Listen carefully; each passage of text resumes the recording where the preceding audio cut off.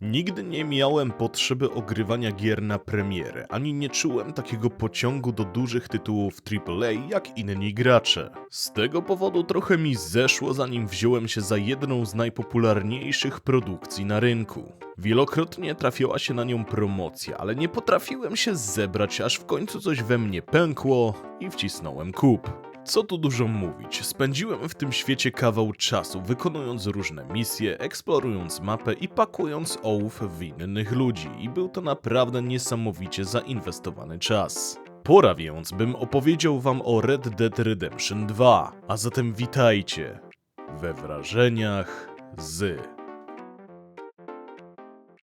Niektórzy mogą być zaskoczeni, co w dzisiejszym odcinku robi gra z 2018 roku. Jednakże opis mojego kanału jasno głosi, że recenzje i wrażenia dotyczą tytułów zarówno starych, jak i nowych. Oceniam i dzielę się odczuciami z tego, co akurat u mnie wyląduje, a wobec tej konkretnej produkcji mam naprawdę ogromne przemyślenia. Wielce tego tytułu przedstawiać nie trzeba, ale mimo wszystko muszę chociaż nakreślić wam zarys fabularny. Gramy jako Arthur Morgan, członek gangu, któremu przewodzi Dutch van der Linde. Gra zaczyna się w momencie, gdy z trudem przedzieramy się przez ośnieżone tereny, by uciec jak najdalej od miasteczka Blackwater. Delikatnie mówiąc, nie wszystko poszło tam zgodnie z planem. Przez jakiś czas obozujemy w starym, opuszczonym górniczym miasteczku, by choć przez chwilę poczuć się bezpiecznie i zebrać zapasy z okolicy. Przyjdzie nam tu chociażby polować na zwierzynę. Do dyspozycji mamy łuk, ale znajdzie się też nóż do rzucania czy tomahawk. Z broni palnej w stronę zwierząt lepiej w ogóle nie strzelać, bo uszkodzimy skórę, którą później można z zyskiem sprzedać. W niedługim czasie dojdzie również do ostrej wymiany ognia z członkami rywalizującego gangu i tutaj już rewolwery czy karabiny okażą się niezastąpione. A arsenał mamy całkiem niezły. Rewolwery, pistolety, strzelby czy karabiny. Oczywiście można też spróbować zabić kogoś gołymi pięściami czy nożem, ale kiedy tuż obok ucha świszczą ci kule, raczej nie masz ochoty szarżować na wroga w ten sposób. Mamy tu też system zwalniania czasu, oznaczania celów i błyskawicznej ich eliminacji, więc dysponujemy taką małą supermocą. Ogólnym, nadrzędnym celem naszego gangu będzie zarobienie jak największej ilości pieniędzy, by wspólnie uciec z kraju, najlepiej gdzieś wypłynąć i już nigdy tu nie wracać. Rzecz jasna, osiągnięcie tego celu rzadko będzie szło w parze z prawem.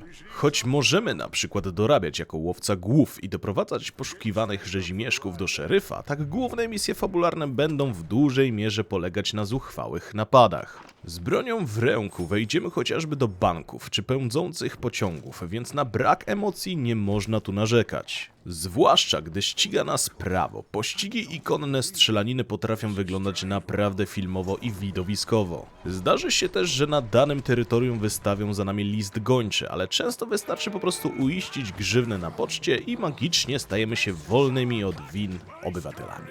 Warto pamiętać, że stróże prawa nie będą nas ścigać wyłącznie za wielkie napady. Pobicie, morderstwo, kradzież konia czy potrącenie przechodnia mogą równie szybko sprowadzić nam na głowę kłopoty. Co ciekawe, system uwzględnia świadków zdarzeń.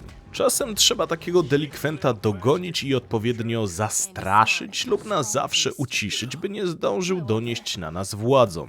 Oddano tu do naszej dyspozycji gigantyczny, otwarty świat, który wręcz prosi się o swobodną eksplorację. Aktywności i misji wam tu nie zabraknie, ponieważ mieszkańcy tych ziem bez przerwy potrzebują pomocy. Poza głównymi i pobocznymi wątkami zza każdego rogu wyskakują zdarzenia losowe. A to kobieta w potrzebie, którą trzeba odwieźć do domu, a to uciekinier z więzienia proszący o postrzelenie łańcucha na nogach, czy też zwykli bandyci próbujący obrabować nas samych w środku lasu.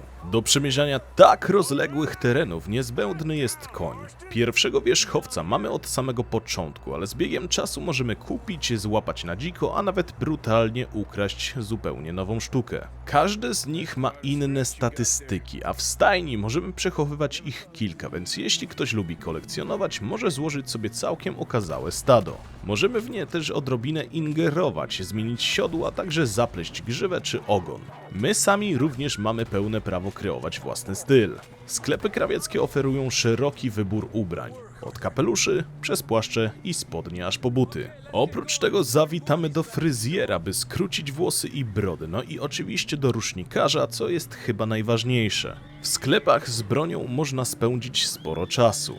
Dostępnych modeli jest naprawdę dużo, a każde z nich można dowoli modyfikować, wpływając nie tylko na wygląd, grawerunki i rodzaj drewna, ale i na podniesienie statystyk, np. dłuższa lufa czy lepsze gwintowanie. Osobiście najczęściej biegałem z 2 rewolwerami i 2 karabinami na plecach, w tym jedno obowiązkowo z lunetą do eliminacji z dystansu. Przydałoby się też wspomnieć słowem o samych postaciach, bo są one tu niesamowicie różnorodne, z unikalnymi charakterami. I nie mam na myśli wyłącznie członków naszego gangu. Spacerując po tym świecie, dosłownie czuję się, że on tętni życiem, a interakcje z postaciami niezależnymi są fascynujące, zabawne, a nieraz wręcz wywołujące dreszcz niepokoju. Osobiście bardzo polubiłem Charlesa z naszego obozu, a spoza niego niejakiego Marco Dragika. To pewien ekscentryczny naukowiec, z którym wiąże się świetna misja w jego laboratorium. Więcej nie powiem, żeby uniknąć spoilerów. Cały ten świat oferuje nam gargantuiczną ilość możliwości i nie nudziłem się w nim ani minuty.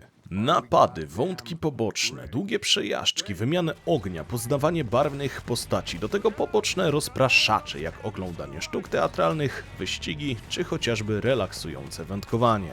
Tu po prostu nie da się nudzić, a ja chylę czoło przed tym arcydziełem. Czy jest to jednak produkcja pozbawiona wad? Jasne, że nie. Przy tak kolosalnym tytule błędy to rzecz nieunikniona, jednak szczerze mówiąc nie zapadł mi w pamięć ani jeden bug, który by grę popsuł. Od jakieś drobnostki, jak nagła wywrotka konia na prostym kamyku podczas jazdy, postać, która lekko zaklinowała się w teksturze drzwi i tym podobne pierdoły.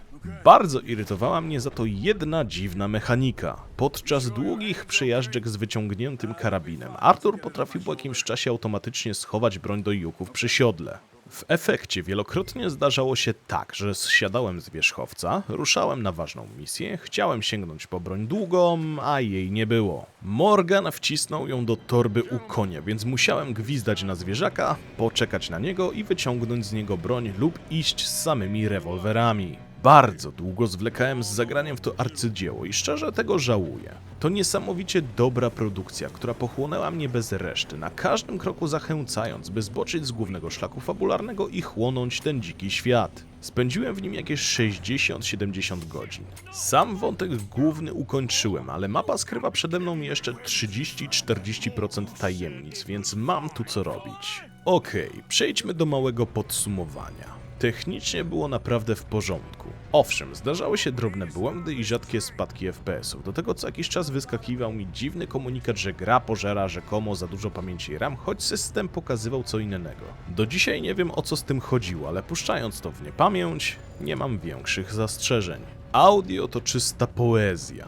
Świetnie dobrana ścieżka dźwiękowa w kluczowych, dramatycznych momentach historii, a do tego fenomenalne, mięsiste odgłosy wystrzałów i genialny voice acting każdej najdrobniejszej postaci.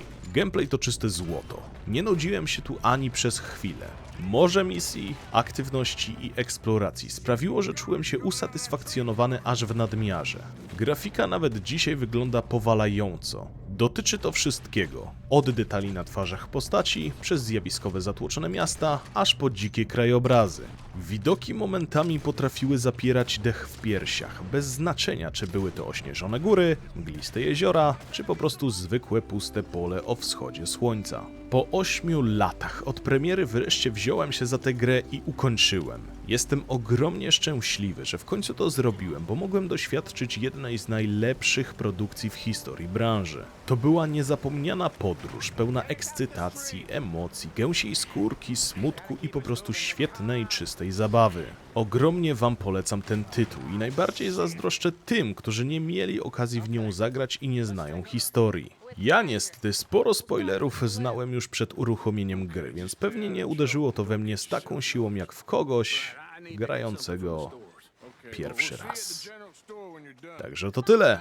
Dziękuję za wysłuchanie, dziękuję za poświęcony czas i życzę miłego grania.